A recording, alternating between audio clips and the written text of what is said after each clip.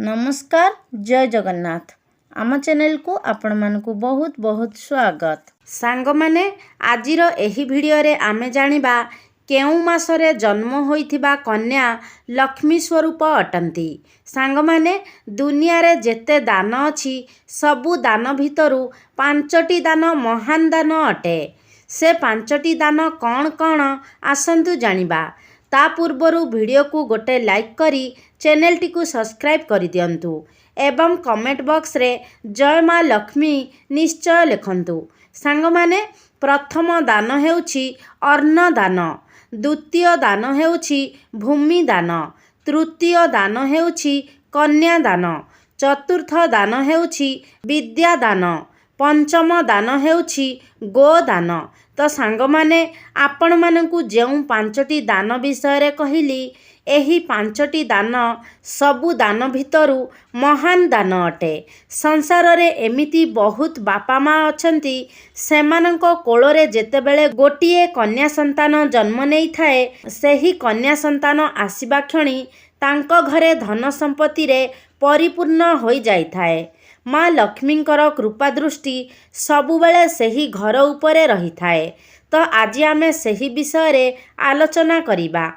केउ मासरे नारी बा कन्या प्राप्त हेले से कन्या माँ लक्ष्मी स्वरूप होइथांती। सांग माने हिंदू धर्म शास्त्र अनुसारे नारी हेउछंती देवी स्वरूप। नवरत्न समय रे हिंदू धर्म हिंदू शास्त्र अनुसारे नारी मानंकर बा कन्या मानंकर पूजन व्यवस्था रहिछि। कन्या मानंकु माँ शक्तिर स्वरूप बोली कुहा जाए। किंतु ग्रह नक्षत्र तथा राशि मानंकर प्रभाव को विचार करी एमिति केतक मास अछि जेउ मासरे जदि कन्या जन्म होइथाए ताहेले से माँ लक्ष्मींक स्वरूप होइथांती।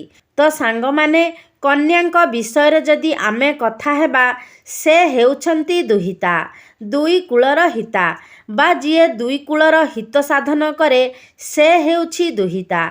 सेथिपाई कथारे अछि दुहिता जन्म दुई कुलकु।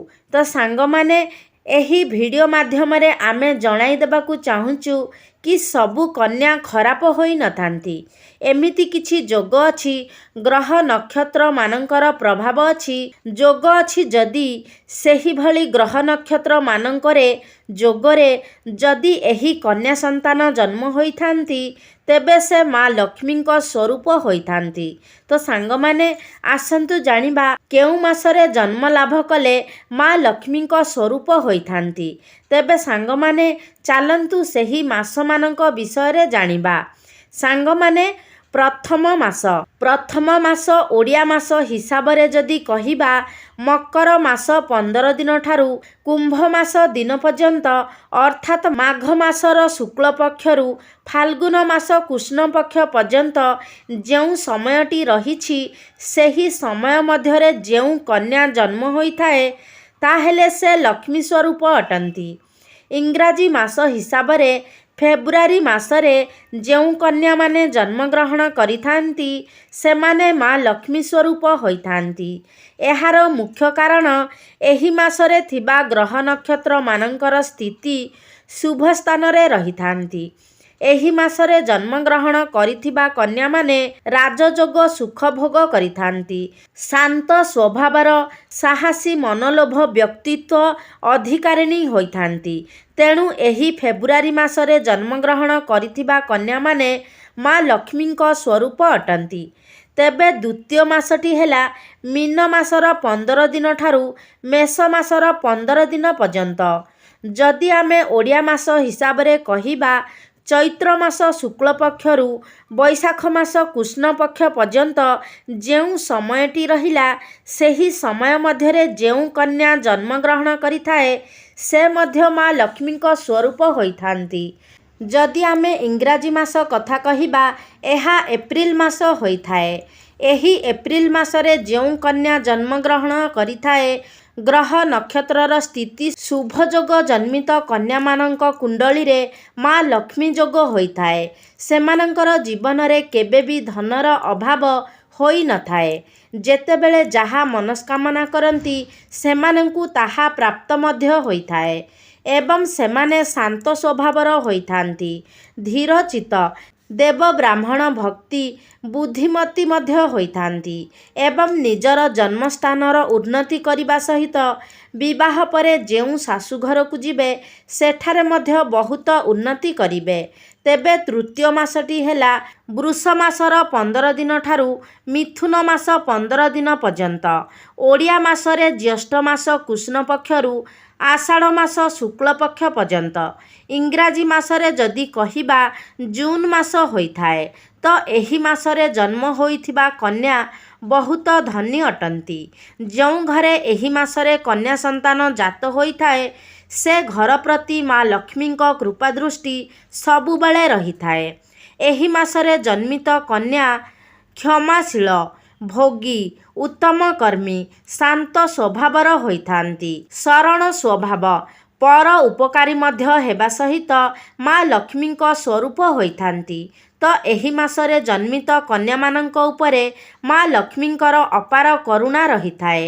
ତେବେ ଚତୁର୍ଥ ମାସଟି ହେଉଛି ସିଂହ ମାସ 15 ଦିନ ଠାରୁ କନ୍ୟା ମାସର 15 ଦିନ ପର୍ଯ୍ୟନ୍ତ, ଅର୍ଥାତ୍ ଭାଦ୍ରବ ମାସ ଶୁକ୍ଳପକ୍ଷରୁ ଆରମ୍ଭ ହୋଇ ଆଶ୍ୱିନ ମାସର କୃଷ୍ଣପକ୍ଷ ପର୍ଯ୍ୟନ୍ତ।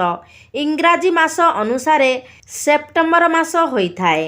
ଏହି ମାସରେ ଜନ୍ମଗ୍ରହଣ କରିଥିବା କନ୍ୟାମାନେ ମା ଲକ୍ଷ୍ମୀଙ୍କ ସ୍ୱରୂପ ମଧ୍ୟ ହୋଇଥାନ୍ତି। ତ ଏହି ସମୟରେ ଗ୍ରହମାନଙ୍କର ଶୁଭ ସ୍ଥିତି ଯୋଗୁଁ ଏମାନେ ରାଜଭୋଗ କରିଥାନ୍ତି। ଯେଉଁ ଘରେ ଏହି ମାସରେ କନ୍ୟା ସନ୍ତାନ ଜାତ ହୋଇଥାଏ ସେ ଘରେ ମା ଲକ୍ଷ୍ମୀଙ୍କର ଆଗମନ ହୋଇଥାଏ। ଯେଉଁ ଘରକୁ ଏମାନେ ବିବାହ କରି ଯାଇଥାନ୍ତି ମା ଲକ୍ଷ୍ମୀଙ୍କର ସେହି ଘରେ ମଧ୍ୟ କୃପା ବର୍ଷିଥାଏ। ତ ଏହି ମାସରେ ଜନ୍ମ ହୋଇଥିବା କନ୍ୟା ଦାତା, ଦାନୀ, ବିଦ୍ୟାମନ୍ତ୍ର, ଗୁଣୀ, ଧନବତୀ ତଥା ସମସ୍ତଙ୍କର ଅତି ପ୍ରିୟ ହୋଇଥାନ୍ତି। ଏହି ସମୟରେ ଜନ୍ମ ହୋଇଥିବା କନ୍ୟା ନିଜ ଭାଗ୍ୟ ଉପରେ ନୁହେଁ ନିଜ କର୍ମ ଉପରେ ଅଧିକ ଭରସା ରଖିଥାନ୍ତି। ସାଙ୍ଗମାନେ, ଏହି ମାସରେ ଯେଉଁ କନ୍ୟା ଜାତ ହୋଇଥାଏ ସେମାନେ ମା ଲକ୍ଷ୍ମୀଙ୍କ ସ୍ୱରୂପ ଅଟନ୍ତି। ସାଙ୍ଗମାନେ, ଆଶା କରୁଛି ଆଜିର ଏହି ଭିଡ଼ିଓଟି ଆପଣମାନଙ୍କୁ ନିଶ୍ଚିତ ଭାବରେ ଭଲ ଲାଗିଥିବ। ଯଦି ଭଲ ଲାଗିଛି ତାହେଲେ ଲାଇକ୍ କରନ୍ତୁ, ସେୟାର କରନ୍ତୁ। ଆମ ଚ୍ୟାନେଲକୁ ଯଦି ସବସ୍କ୍ରାଇବ୍ କରିନାହାନ୍ତି ତାହେଲେ ସବସ୍କ୍ରାଇବ୍ କରିଦିଅନ୍ତୁ। ସର୍ବେ ଭବନ୍ତୁ ସୁଖିନଃ। ଧନ୍ୟବାଦ।